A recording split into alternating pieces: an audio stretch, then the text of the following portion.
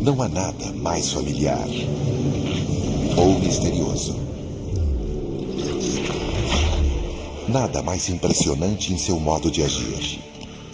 Nada cuja mecânica seja tão maravilhosa, cujos sentidos sejam tão apurados e cuja habilidade de compreensão seja tão assombrosa.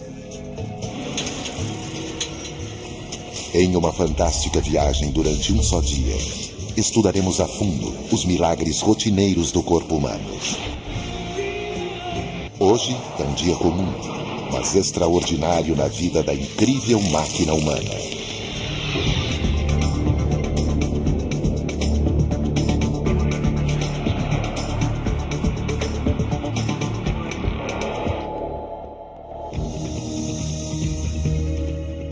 Não passamos de poeira das estrelas. Oxigênio, carbono, hidrogênio e alguns outros elementos que não custariam quase nada em uma farmácia de manipulação. Mas em um local adequado por cerca de 3,8 bilhões de anos, essa mistura mundana de moléculas se tornou valiosa.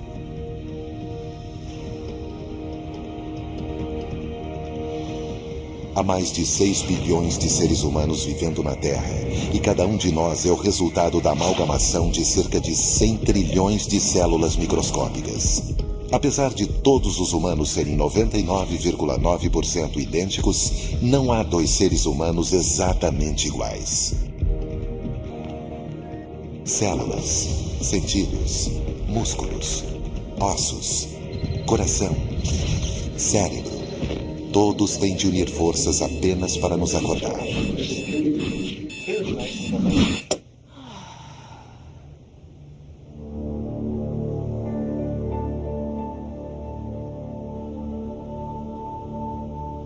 Na superfície de tudo, uma camada aveludada de células e proteínas segura nossos órgãos do lado de dentro e nos protege do meio externo.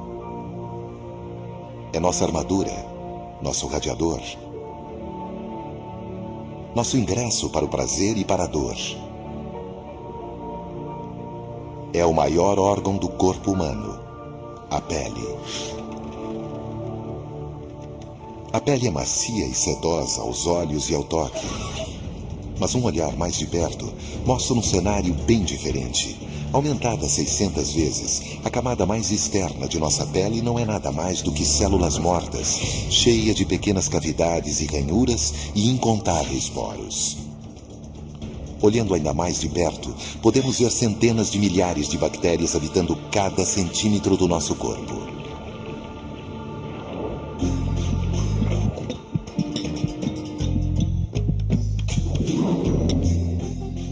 A cada segundo que passa, nossa pele morta é esfoliada.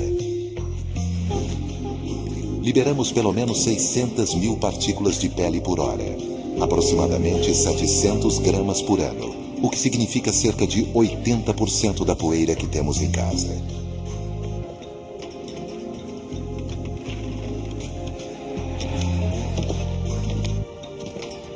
E há muita pele circulando.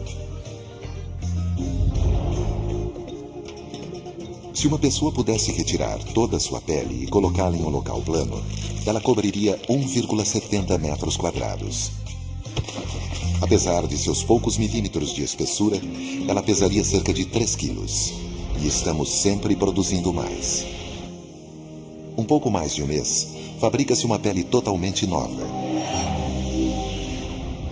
O que significa que a pele não é completamente morta. Se olharmos mais abaixo da superfície da pele, encontraremos células se dividindo constantemente para substituir as células mortas da superfície. Quilômetros de vasos sanguíneos ramificam-se para os tecidos conectivos da pele, sem falar nas importantes terminações nervosas. –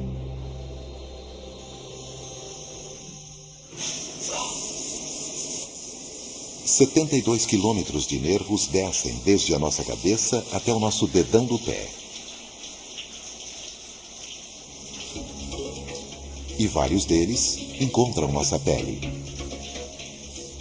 Em algumas partes, mais do que em outras. Se a sensibilidade fosse relacionada ao tamanho, seríamos algo parecido com isso. Nossas mãos, pés, língua e lábios supersensíveis, equipados com receptores de toque, seriam muito maiores. Por outro lado, nossas pernas seriam semelhantes às de galinhas. Mas, para nossa sorte, a sensibilidade não é a única função da pele. Ela é também nosso sistema de aquecimento e resfriamento, ajudando a manter a confortável temperatura de 37 graus centígrados e preservar nossa vida. Por sua rede de vasos sanguíneos, a pele transporta até 1/3 do sangue quente recém-bombeado pelo coração. Se ficar quente demais, esses vasos podem se dilatar para liberar o calor de nosso corpo. Mas às vezes, isso não é suficiente.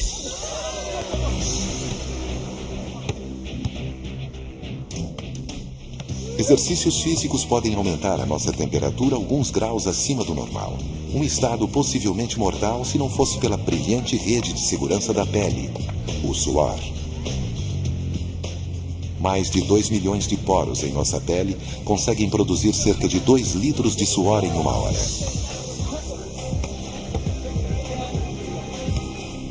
As gotículas aquecidas evaporam no ar, deixando o corpo refrescado. Limpos e penteados, nos aventuramos em um mundo barulhento logo pela manhã. Ao nosso redor, outras incríveis máquinas humanas saúdam o dia, todas de tamanhos e formas, cores e texturas diferentes.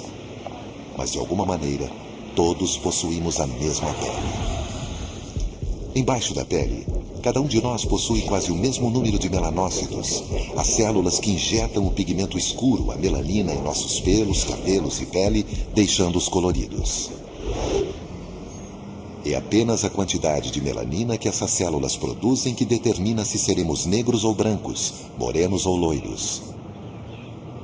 De um modo geral, quanto maior a quantidade de melanina em nosso organismo, mais morenos somos. É o mesmo componente químico que dá cor a um órgão sensorial muito diferente. Azuis ou castanhos, verdes ou cor de mel, eles são os órgãos sensoriais mais importantes que a incrível máquina humana possui. Nosso dia apenas começou e o grande milagre da visão já mostra o caminho.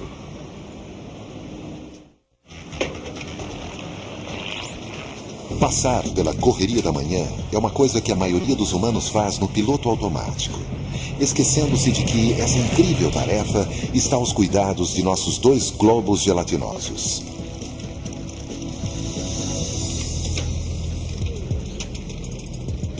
Os olhos estão posicionados na frente em nosso rosto por uma única razão. Olhando para frente e separados o suficiente para nos dar noção de distância, eles nos permitem focar e seguir qualquer coisa que desejarmos.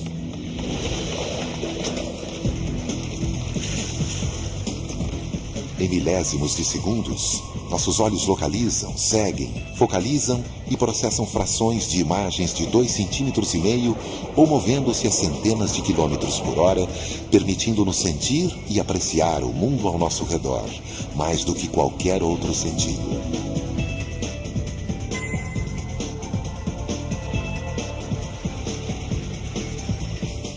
Eles podem ser a janela de nossa alma, mas a um nível não tão poético. Os olhos são apenas ceifeiros famintos de luz, capturando-a e traduzindo-a em impulsos elétricos que o cérebro possa entender.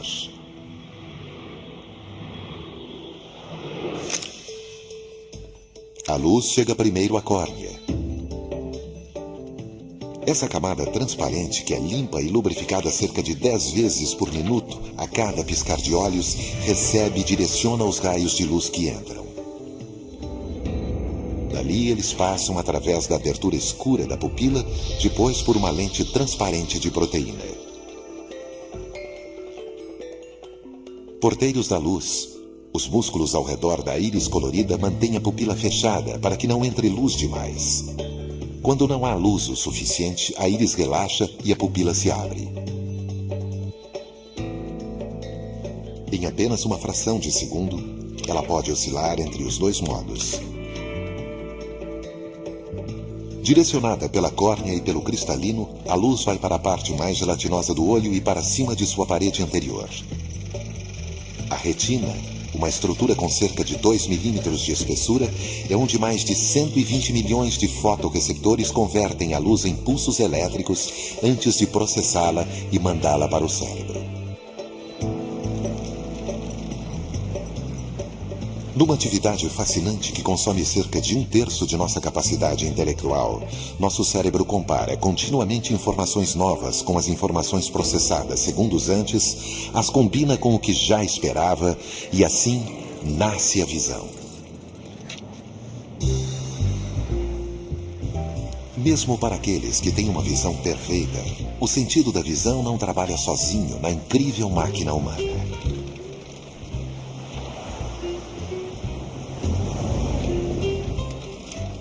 Em cada lado de nossa cabeça, temos os microfones do corpo, os ouvidos.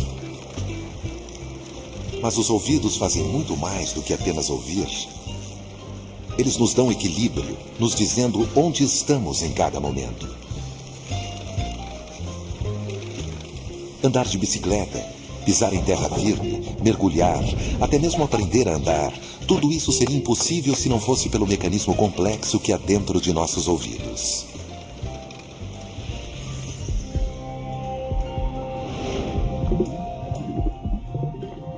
Aqui, 3 tubos cheios de fluidos funcionam como o nível de um carpinteiro para nos ajudar a manter o equilíbrio.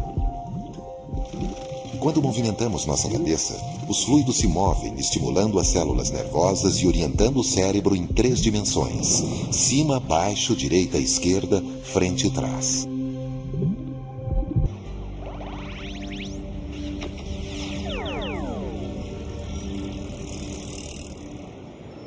Nossos ouvidos fornecem outra sensação potente para enriquecer nossos dias. Toda vez que uma pessoa ou qualquer outra coisa se move ou vibra, criam-se vibrações no ar, ondas distintas que viajam em diferentes frequências, atingindo nossos ouvidos a cerca de 1.200 km por hora e produzindo sons.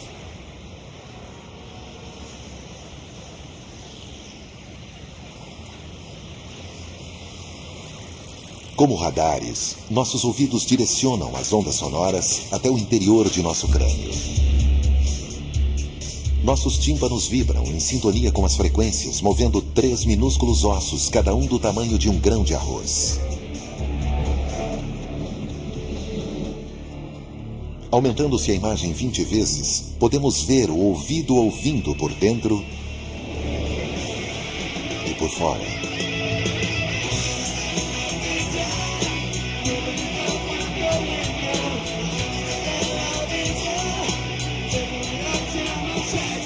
Os movimentos dos ossos são convertidos em pulsos de pressão que fazem vibrar um fluido que move minúsculos pelos, que por sua vez estimulam células nervosas, que traduzem tudo isso para o cérebro.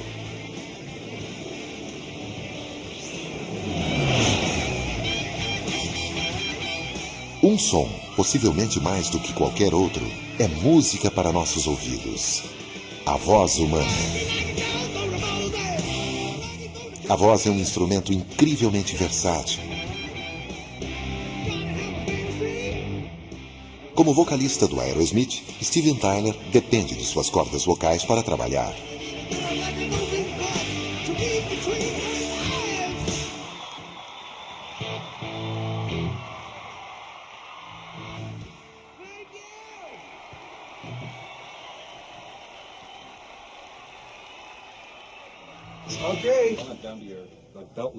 Esta noite, enquanto Aerosmith se apresenta, o Dr. Stephen Seitels e sua equipe do Hospital Central de Massachusetts receberão um raro convite.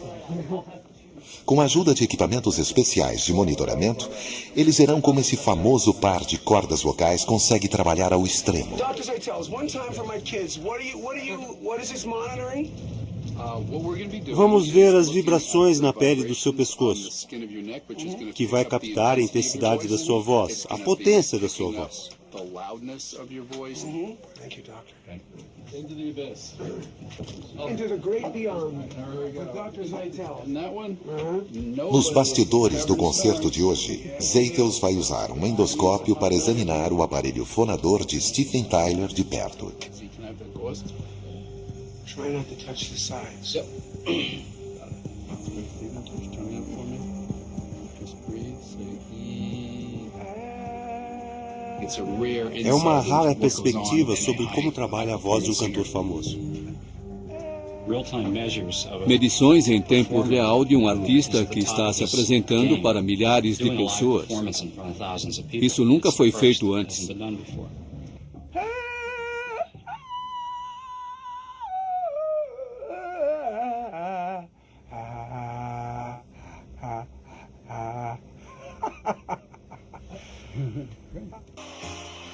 Agora, enquanto Steven Tyler se dirige ao palco, suas cordas vocais extremamente afinadas se preparam para entrar em ação.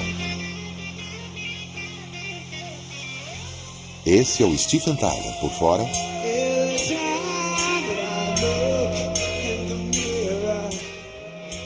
e por dentro.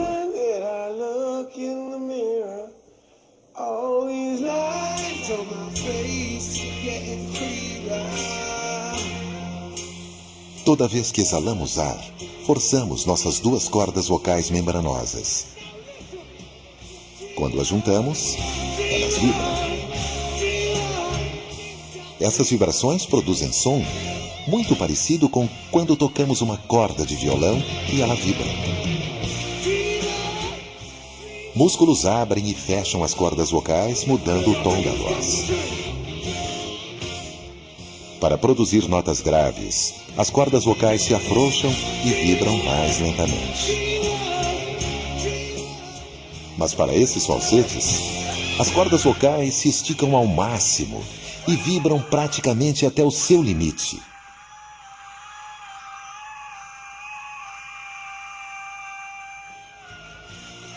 Um feito incrivelmente simples para as cordas vocais extremamente flexíveis de Steven Tyler. To go from, I woke up this morning on the wrong side of the bed, and all them things you saying, and all them things I said. And it's in that voice. And then, you know, of course, and I don't want to miss a thing is in that voice, and then Dream On is, Dream On! And they've asked me before, how do you sing that song every night? Well, that's one of the easiest ones for me to sing. Go.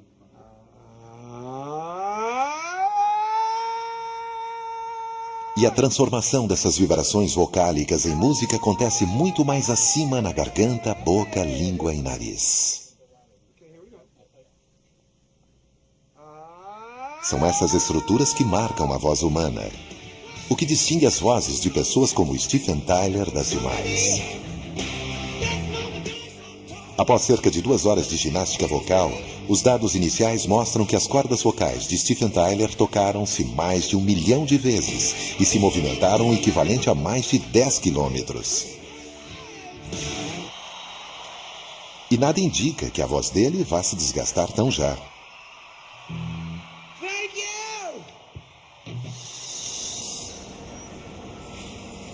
Por mais dramático que possa ser, cantar é um efeito colateral de um processo muito mais importante. A verdadeira razão pela qual o ar passa pela nossa boca é para a respiração. Não sobreviveríamos mais do que alguns minutos sem respirar. Cada vez que aspiramos, nossas narinas ou boca sugam uma pequena quantidade de ar, cerca de 20.000 vezes por dia. Podemos acompanhar a jornada do ar garganta abaixo, passando pela caixa fonadora e pela traqueia. Conforme se aproxima dos pulmões, o ar pode ir para o lado direito ou esquerdo, mas ambos os pulmões levam ao mesmo destino. Os brônquios nos pulmões dividem-se em milhares de pequenos bronquíolos que filtram passo a passo agentes químicos, poeira e fumaça presentes no ar, até que finalmente desembocam em uma bola em forma de bolsa chamada alvéolo.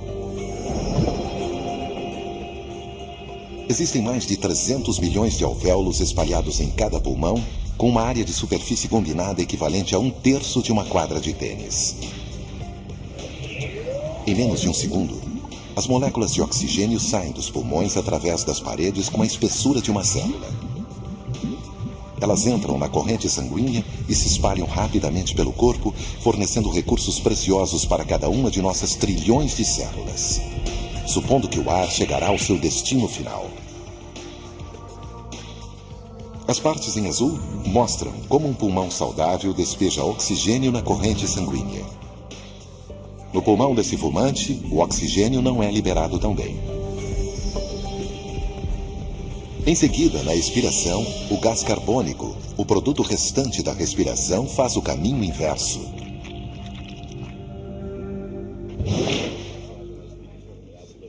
Mais uma aspiração, e nosso aparelho respiratório nos dá outro presente, cujos resultados podem ser prazerosos ou repulsivos. A cada nova respiração, nossas narinas podem distinguir até 10.000 odores diferentes. Alguns deles agradáveis, outros não. Eles podem acalmar, advertir ou nos deixar com água na boca. Mas a essência de qualquer aroma de um dia na praia ou de um pão recém-saído do forno é pura química. Acetato isobutílico, ácido vanílico e mais outros 300 elementos químicos diferentes podem, por exemplo, se juntar e dar ao chocolate seu aroma inconfundível. O perfume de uma rosa poderia ser chamado de álcool feniletílico. E quando o peixe não está mais fresco, ele tem um cheiro particular causado pela trimetilamina, um subproduto das bactérias que crescem dentro dele.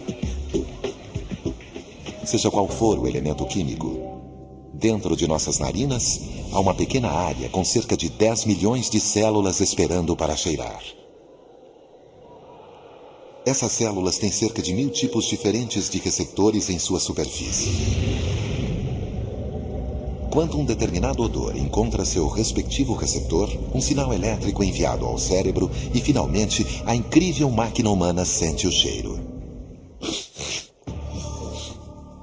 De modo geral, nosso sistema respiratório é um engenhoso dispositivo de múltiplas atividades, capaz de selecionar milhares de cheiros a cada inalada e de produzir milhares de sons ao exalar o ar. Mas não importa a intensidade do prazer causado por esses subprodutos. A respiração é a principal função de nosso sistema respiratório.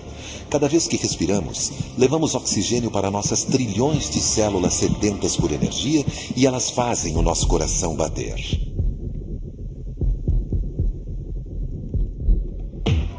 A cada segundo de cada dia, cada célula de nosso corpo precisa de oxigênio para ter energia, trabalhar e sobreviver. Cerca de 4 litros de sangue precisam percorrer 96 mil quilômetros entre artérias, veias e capilares. E um pequeno coração de cerca de 280 gramas tem a tarefa hercúlea de fazer o sistema todo funcionar. Tudo começa com uma batida que envia sangue fresco e oxigenado dos pulmões até o coração.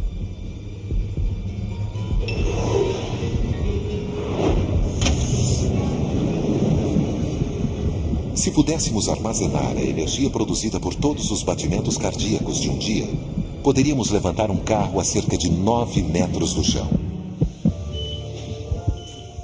O coração é uma bomba muscular. Mesmo se for removido, ele pode funcionar sozinho. Sua engenhosidade está nas células cardíacas, milhões delas batendo em sintonia. Claro que não basta uma boa bomba para fazer o sangue circular por todo o corpo. É preciso também um bom encanamento.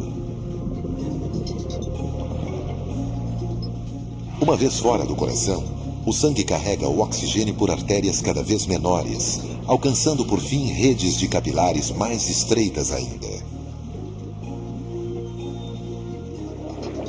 Esses vasos são tão finos que os glóbulos vermelhos de milésimos de centímetros têm que se espremer para passar por eles.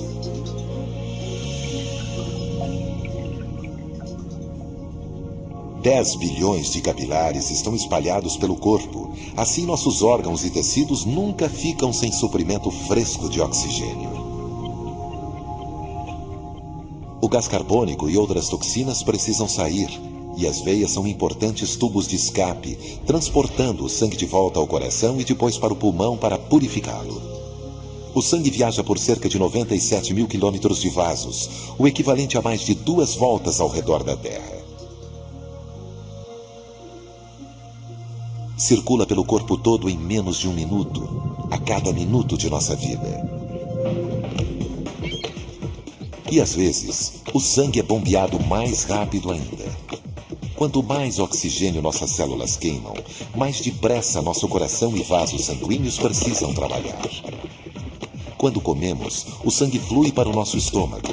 Quando corremos, para os nossos músculos.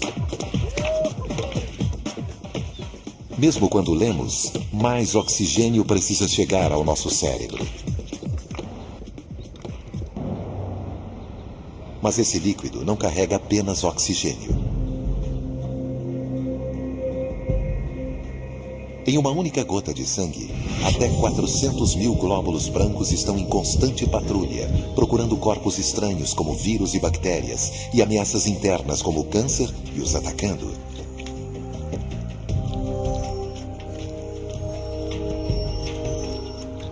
Infelizmente, nem sempre eles ganham. E quando isso ocorre, agressores como essas células de melanoma podem crescer descontroladamente.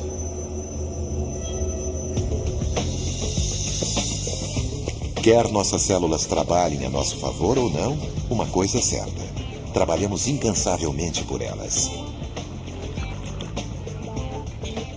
Desde que acordamos, nosso coração já bateu mais de 20 mil vezes, levando oxigênio vital para 100 bilhões de células. Mas essa máquina não precisa apenas de ar. Ela também precisa de combustível.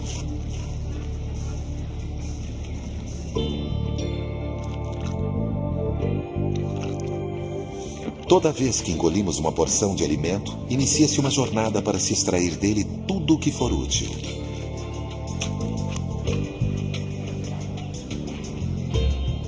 Sentamos para almoçar, e nas 30 horas e nos 6 metros que a comida leva para ser digerida, convertemos plantas e animais em energia e absorvemos seus constituintes químicos em nossa própria carne e sangue.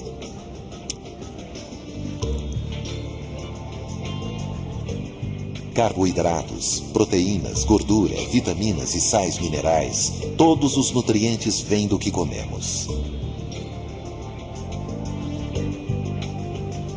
A digestão, na verdade, inicia-se antes de a comida passar por nossos lábios. Apenas pensar em comida já nos deixa com água na boca. Salivamos cerca de meio litro todos os dias. E há nessa saliva enzimas que, juntamente com os nossos dentes, começam a quebrar os alimentos que comemos.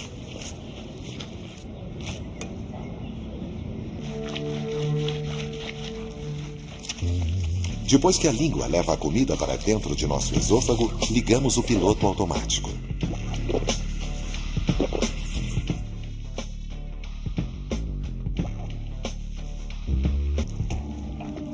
Uma típica descida por nosso esôfago leva apenas 5 segundos.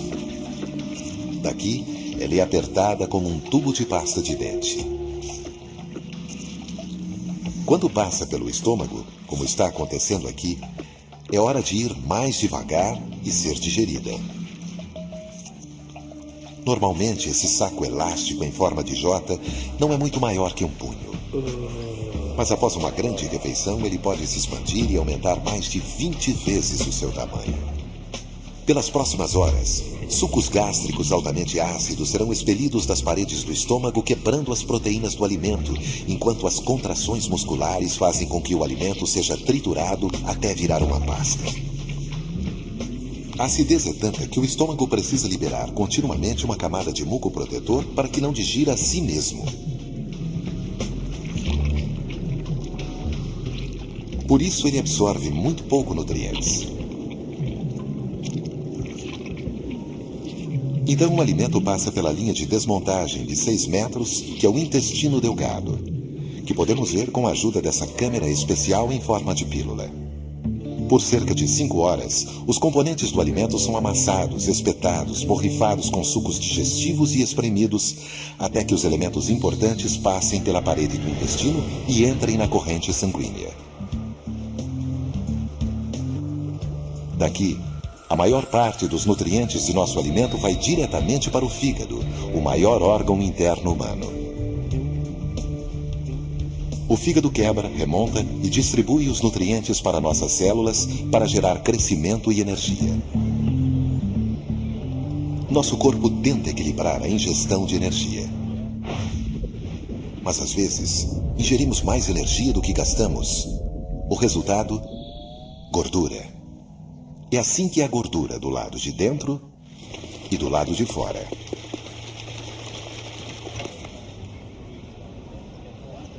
Não são necessárias muitas calorias em excesso para que se ganhe peso.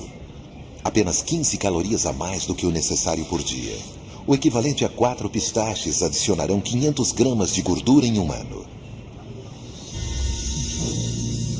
Depois que o intestino delgado retira tudo o que é aproveitável, ele empurra o que restou para o intestino grosso.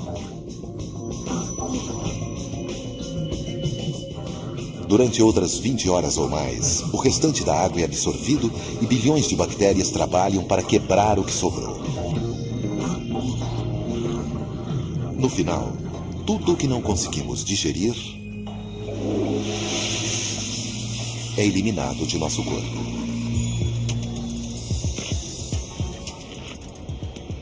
A complicada jornada do alimento em nosso corpo tem um propósito maior. Após extrairmos o que precisamos para alimentar a incrível máquina e fazer nosso motor celular roncar, é espantoso o que conseguimos fazer com ele graças às incríveis contrações de nossos músculos.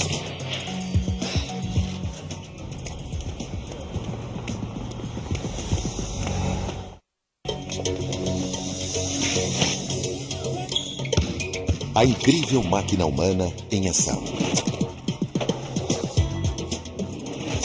Todas as partes de nosso corpo, desde os receptores em nossa pele ao centro de equilíbrio em nossos ouvidos internos, ajudam a fazer essa incrível complexidade de movimentos parecer fácil, automática até.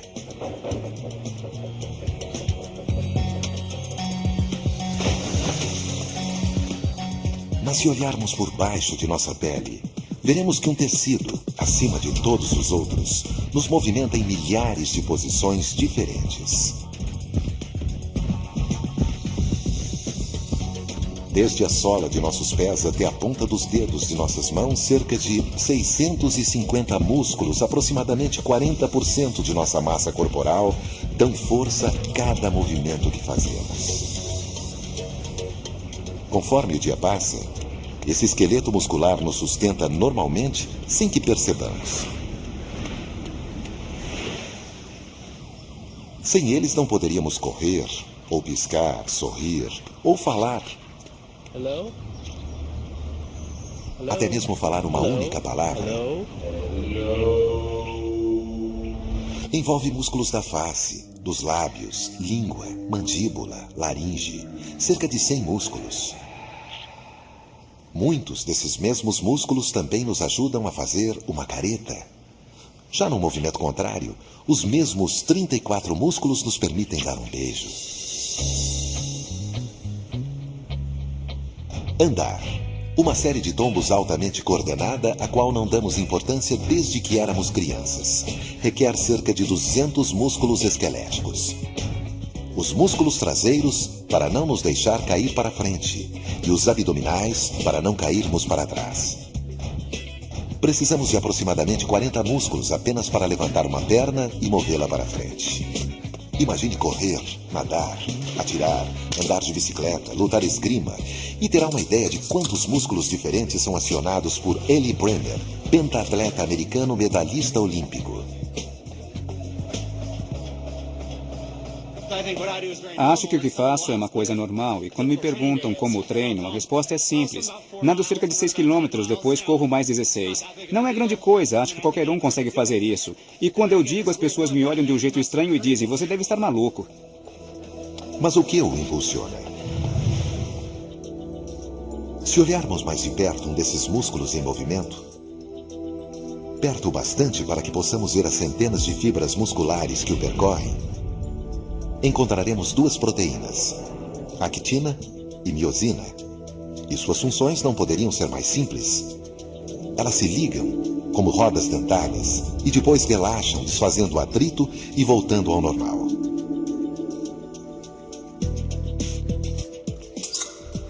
Se durante uma luta de esgrima, ele, Brenner, quiser atacar seu oponente, a actina e a miosina em seu tríceps se unem, enquanto que em seu bíceps elas se soltam.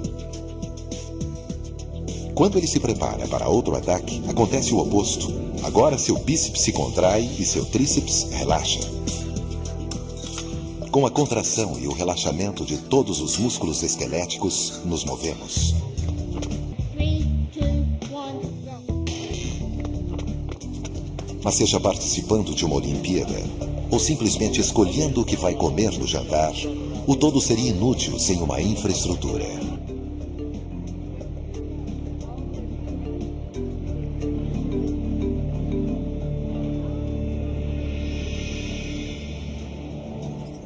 Seguindo qualquer músculo até sua base, através de um feixe de fibras flexíveis e fortes chamadas tendões, até o local exato onde ele está preso, encontramos um dos materiais mais incríveis do mundo: o osso.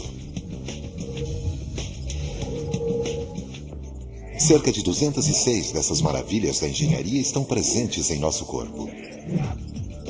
Fortes o suficiente para suportar 20 vezes o peso de nosso corpo, leves o bastante para desafiar a gravidade, mesmo que brevemente, flexíveis o suficiente para absorver impactos incríveis e ligados de maneira a nos proporcionar uma quantidade aparentemente infinita de movimentos. No núcleo de vários ossos, em um tecido chamado medula óssea, cerca de 120 milhões de glóbulos vermelhos que carregam oxigênio e 7 milhões de glóbulos brancos que combatem corpos estranhos são criados a cada minuto e distribuídos para o resto do corpo. Na superfície, células especializadas renovam continuamente o tecido ósseo, enquanto outras fazem o contrário e retiram as camadas antigas. É assim que os ossos crescem e continuam resistentes dentro de nós depois que crescemos. Se retirarmos a medula, veremos que o osso é basicamente uma mistura de duas substâncias, o mineral fosfato de cálcio e a proteína colágeno. É uma combinação divina. Sem a flexibilidade do colágeno, nossos ossos seriam quebradiços como vidro. Sem o fosfato de cálcio, ele seria mole como borracha. Juntas, essas duas substâncias são leves o suficiente para que possamos nos mover, fortes o suficiente para protegerem nossos mais delicados órgãos internos e resistentes o bastante para durarem uma vida toda. Os heróis desses movimentos não são apenas os ossos, mas o que os une: dispositivos engenhosos chamados juntas. Nos nossos joelhos, as dobras de nossos dedos, cerca de 187 juntas, permitem que nossos ossos se movam de um lado para o outro, para cima e para baixo, em movimentos circulares, como uma máquina bem engraxada.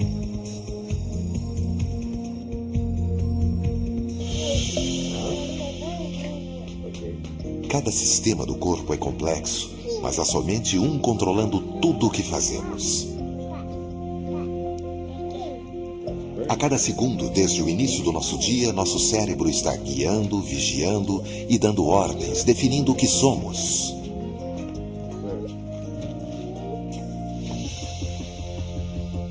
Através de uma superestrada de nervos que passam por todo o nosso corpo, nosso cérebro verifica cada parte de nosso corpo: olhos e ouvidos, pele e ossos, coração e músculos. através de 100 bilhões de células especializadas chamadas neurônios, disparando milhões de sinais elétricos e químicos a uma velocidade de até 320 km por hora, essa massa de gordura e água de cerca de 1.300 gramas nos permite pensar, sentir, querer, lembrar e reagir. É ele realmente que nos torna humanos, porque é o responsável por tudo, desde a capacidade de pintar um belo quadro ou de construir um prédio até agredir outra pessoa. Se você fizesse um transplante de coração, por exemplo, continuaria a ser você mesmo. Mas se algo danificasse o seu cérebro, o seu caráter e a sua personalidade poderiam mudar. Por isso o cérebro é o que você é. E quando esse incrível órgão é agredido, tudo que define quem você é está em risco. Oi, Brandon, sou a doutora Liao. Eles vão fazê-lo dormir agora, certo? Certo. Nos vemos quando você acordar. Todos nessa sala de operação aqui na Universidade da Califórnia estão cientes da vulnerabilidade do cérebro. Brandon Carson, de 23 anos de idade, possui um grande tumor cancerígeno perto de uma região de seu cérebro importante para a linguagem. O tumor dele está muito próximo da área de Broca. Acho que é um dos mais próximos que já vi. O desafio da doutora Linda Liao e sua equipe é remover o tumor e manter a fala de Brandon intacta. Brandon, acorde. Por isso, depois que o crânio é aberto e o cérebro exposto, os médicos fazem de tudo para manter Brandon acordado. Brandon, abra os olhos. O cérebro não possui receptores de dor, por isso Brandon não sente nada, mesmo depois de acordado. Brandon. Não levante, não levante. A linguagem é uma função que não podemos monitorar se o paciente estiver dormindo. Podemos ver os músculos se movendo ou coisa do tipo, mas não podemos saber com 100% de certeza onde a área da fala está sem acordá-lo e estimular essas áreas específicas. Usando figuras simples, os médicos testam a capacidade da linguagem de Brandon. Simultaneamente, a doutora Liao estimula minúsculas áreas de linguagem do cérebro com choques elétricos leves. Vamos tentar esta área novamente. Se Brandon encontrar dificuldade em reconhecer essas imagens simples enquanto o choque estiver sendo aplicado, a equipe saberá que essa é uma região crítica e fará o possível para não mexer nela. Tem uma área que eu acho que é segura. Vou começar dissecando ali e você continue falando com ele. Com imagens do cérebro antes e durante a cirurgia, algo que não era possível há apenas 10 anos, Liao pode remover o tumor com segurança. E com o cérebro vivo, ativo e acordado exposto, os neurocientistas têm a rara oportunidade de olhar do lado de dentro em cada vaso sanguíneo e vislumbrar esse órgão misterioso em funcionamento. Mapear o cérebro humano é o santo graal, todos queremos fazê-lo. Queremos criar um mapa em que possamos conhecer cada estrutura e quais funções elas controlam. Mas ao contrário do mapa terrestre, que possui latitude e longitude, cada cérebro humano é único. Um é diferente do outro, é o que nos torna únicos. No laboratório de neuroimagem da Universidade da Califórnia, o Dr. Arthur Toga está começando a entender essas diferenças com o que é chamado de atlas cerebral. É uma coleção de milhares de imagens de humanos, de várias idades, diversas raças, de ambos os sexos. Com eles, podemos verificar o desenvolvimento do cérebro desde os 5 até os 90 anos e ver o início de sua degradação durante a meia-idade. Comparar o cérebro de um homem com o de uma mulher. O dele pode ter mais volume, mas o dela tem mais superfície. Essa é a atividade cerebral de uma pessoa que fala apenas uma língua, e essa é de alguém que fala duas. O cérebro de um destro e de um canhoto. O atlas cerebral mostra nosso órgão principal de diversas perspectivas, até neurônios em particular. Através de imagens obtidas por ressonância magnética funcional, ou RMF, podemos ver o ponto exato onde se originam os pensamentos conscientes à medida em que eles são formados, planejando o mapa, ouvindo música, sentindo medo ou rindo. É fantástico. E você pode ver um cérebro humano funcionando num indivíduo comum. Apesar de representar apenas 2% do nosso peso, o cérebro gasta 20% de nosso oxigênio. Se o cérebro ficar sem oxigênio por apenas 10 segundos, perdemos a consciência. Mais de 4 minutos sem oxigenação causam danos permanentes. Ao contrário de outras células do nosso corpo, quando os neurônios são danificados, eles não podem ser substituídos. Certo, este é o resultado patológico para o paciente Carson Brandon, cujo número é...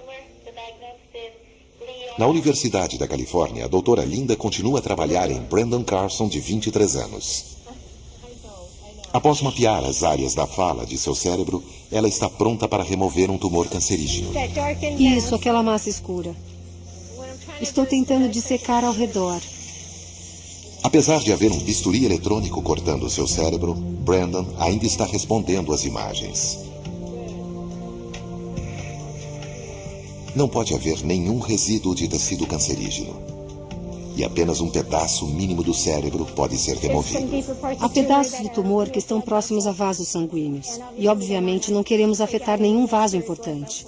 A única maneira de verificar isso é por um microscópio. Este é o buraco onde o tumor estava. Graças a essa nova tecnologia, que nos permite ter uma visão de dentro do cérebro, Brandon logo acordará da cirurgia sem tumor e sem problemas na fala. Demos mais um passo para entendermos como tudo funciona e o quanto ainda temos para aprender.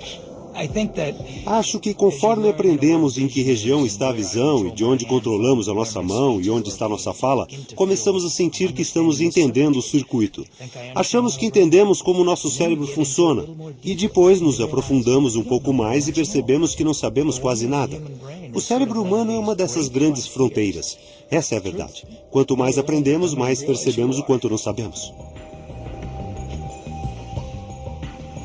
O mesmo se aplica a todas as partes da incrível máquina humana.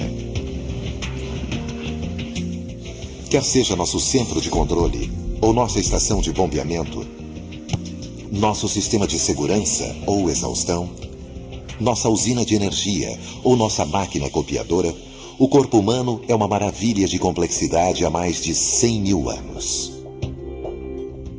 De sua superfície até o seu núcleo, passando por trilhões de células e por estradas e circuitos, todos esses sistemas formam uma máquina realmente incrível.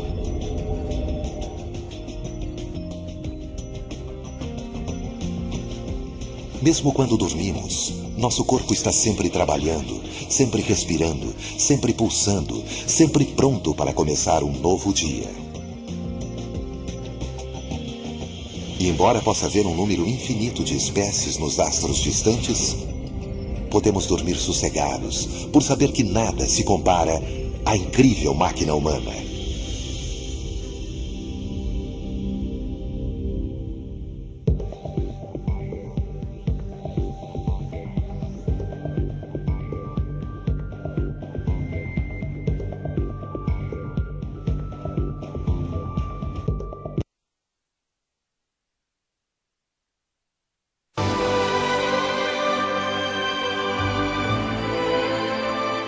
Reader's Digest apresenta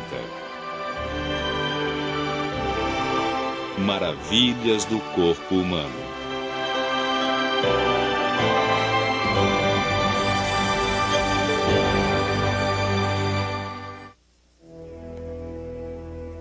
Entre o tumulto da puberdade e o conforto dos nossos últimos anos, o corpo alcança o seu apogeu. A idade adulta. Fortes, alertas, completamente desenvolvidos, encaramos agora os desafios dos adultos. A transmissão de nossos genes, a constituição de uma família. No entanto, nossos corpos não deixam de sofrer alterações. A cada passo, eles se transformam. E no lento e gracioso arco da maturidade, o corpo humano participa da mais extraordinária de todas as jornadas. A Era da Maturidade. Nós, humanos, somos abençoados com vidas longas. 2 vezes mais longas do que as das pessoas há apenas 1 século. E assim, hoje, durante muito mais tempo, os nossos corpos permanecem no apogeu. O